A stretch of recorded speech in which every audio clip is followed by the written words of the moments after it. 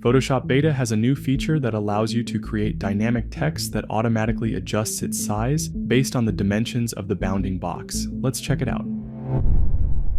This is currently available only in Photoshop Beta. In order to install the beta version, go to Creative Cloud, then head to Apps here on the left, click on the Beta section, and here you have Photoshop Beta. Let's choose the Type tool and write something down to see how the normal text works. So before, if you wanted to update the size of the second line, you had to select it and increase the text size, or cut it and paste it again, then adjust its size to match the first line.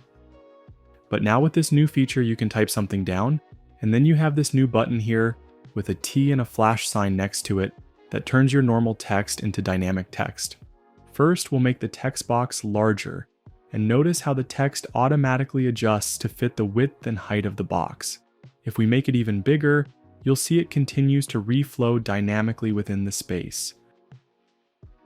Now, if you want to customize the layout further, you can manually adjust the text. For example, select the space between two words and delete it, which forces each word onto its own line.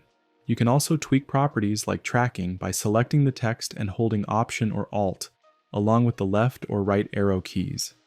If you head over to the Properties panel and scroll down, you'll find a new section called Dynamic Text.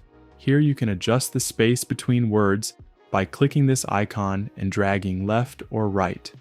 Next to it, there's another setting to control the space between lines, which is pretty handy for layout control. And that's basically what this new feature is all about.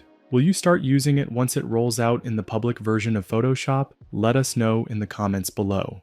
Don't forget to visit the Creative Society website for design resources, music, and more. If you want to continue learning, check out this other video on the screen. Thank you, and see you next time. This is Creative Society.